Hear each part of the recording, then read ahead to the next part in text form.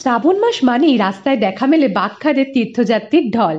এই বাগখাদে নিয়ে মানুষদের যাত্রা এক দর্শনীয় বিষয়। এটি শিব ভক্তদের বার্ষিক তীর্থযাত্রা।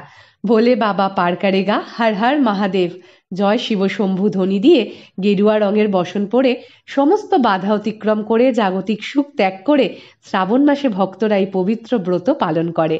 শ্রাবণ মাসের প্রথম সোমবার থেকেই ভক্তরা মন্দিরে মহাদেবের পুজো করেন ও শুরু হয় বাগযাত্রা, যাকে হিন্দিতে কানোয়ার যাত্রাও বলা হয়ে থাকে। আসুন জেনে নিই মহাদেবের উদ্দেশ্যে বাগযাত্রা বা কানোয়ার যাত্রা শুরু হলো কিভাবে। এই যাত্রার প্রকৃত নিয়মই বা কি, কেন কেবলমাত্র শ্রাবণ মাস এলেই এই যাত্রা শুরু করা হয়, আজ এই সমস্ত তথ্য থাকবে আমাদের ভিডিওটিতে। তার আগে প্রত্যেকবারের মতো শিব বাবার চরণে প্রণাম জানিয়ে আজকের আলোচনা আমরা শুরু করব। এইরূপ আরও তথ্য পেতে আমাদের চ্যানেলটিকে সাবস্ক্রাইব করুন, পাশে থাকা বেল আইকনটি প্রেস করতে ভুলবেন না। বাঘ-কাঁধে নিয়ে যাত্রার একাধিক বিশ্বাস রয়েছে। প্রথম মত অনুসারে কাঁধে বাঘ নিয়ে যাত্রা শুরু করেছিলেন বিষ্ণুর অবতার ভগবান পরশুরাম। পরশুরাম গড়মুক্তেশ্বর থেকে গঙ্গাজল এনে পুরা মহাদেবের মন্দিরে নিবেদন করেন এই শ্রাবণ মাসে। পরশুরামের সেই যাত্রার পর থেকেই শুরু হয় কানোয়ার যাত্রা। দ্বিতীয় মত অনুসারে শ্রাবণ মাসে সমুদ্র মন্থনের ফলে নির্গত বিষ মহাবিশ্বকে রক্ষা করার জন্য ভগবান শিব তার গলায় ধারণ করেছিলেন। সেই বিষের তাপ প্রশমনের জন্য দেবদেবীরা বিভিন্ন নদী থেকে বাঁকে করে জল এনে ভগবান শিবের উদ্দেশ্যে নিবেদন করা হয়। বলা হয় সেই থেকেই বাগযাত্রা শুরু হয়। তৃতীয় বিশ্বাস অনুযায়ী ত্রেতা যুগে শ্রীরাম প্রথম বিহারের সুলতানগঞ্জ থেকে গঙ্গাজল নিয়ে দেওঘরের বৈদ্যনাথ জ্যোতির্লিঙ্গে নিবেদন করেন। মান্য আছে ত্রেতা যুগে শ্রীরামই প্রথম ছিলেন কানোয়ারি, তিনি প্রথম এই বাগযাত্রা শুরু করেন।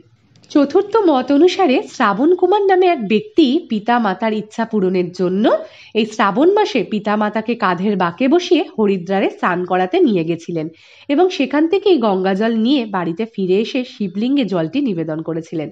অনেকেই বিশ্বাস করে এরপর থেকেই কানোয়ার অথবা বাগযাত্রা শুরু হয়। তবে বাগযাত্রার বিশেষ কিছু নিয়ম আছে। স্নান করার পরই বাঘ স্পর্শ করে যাত্রা শুরু করা হয়। ভক্তদের মাছ মাংস মদ্যপান করা এই সময় উচিত নয়। বাঘধারী ক্লান্ত হয়ে বিশ্রাম নিতে চাইলে তাকে গাছের ডালে বাঘ ঝুলিয়ে রাখতে হয়। এছাড়া যে শিব মন্দিরে জল ঢালার ব্রত নেওয়া হয় সেই মন্দিরে খালি পায়ে ঢুকতে হয়। যাত্রার সময় কোনো প্রকার সাবান চিরুনি তেল ব্যবহার করা যায় না। এই যাত্রায় বেশিরভাগ পুরুষ অংশ নেয়, যদিও কিছু সংখ্যক মহিলাদেরও দেখা যায়। বর্তমানে এই যাত্রা ভারতের সব শহরে ছড়িয়ে পড়েছে।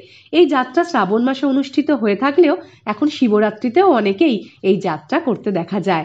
মিরাটের পুরা মহাদেব এবং অঘরনাথ মন্দির, বারাণসীর কাশী বিশ্বনাথ মন্দির, ঝাড়খণ্ডের দেওঘরের বৈদ্যনাথ ধামের মতো নির্দিষ্ট মন্দিরগুলিতে তীর্থযাত্রীর ঢল উপচে পড়ে। সাধারণত মহাদেবকে প্রসন্ন করতে ও ভক্তদের নিজেদের মনস্কামনা পূরণ করতে এই যাত্রা নাকি খুবই ফলদায়ক। বন্ধুরা, ভিডিওটি কেমন লাগলো আমাদের কমেন্ট করে জানাতে ভুলবেন না। লাইক করবেন, শেয়ার করবেন আর অবশ্যই বলবেন হর হর মহাদেব, ওম নমঃ শিবায়।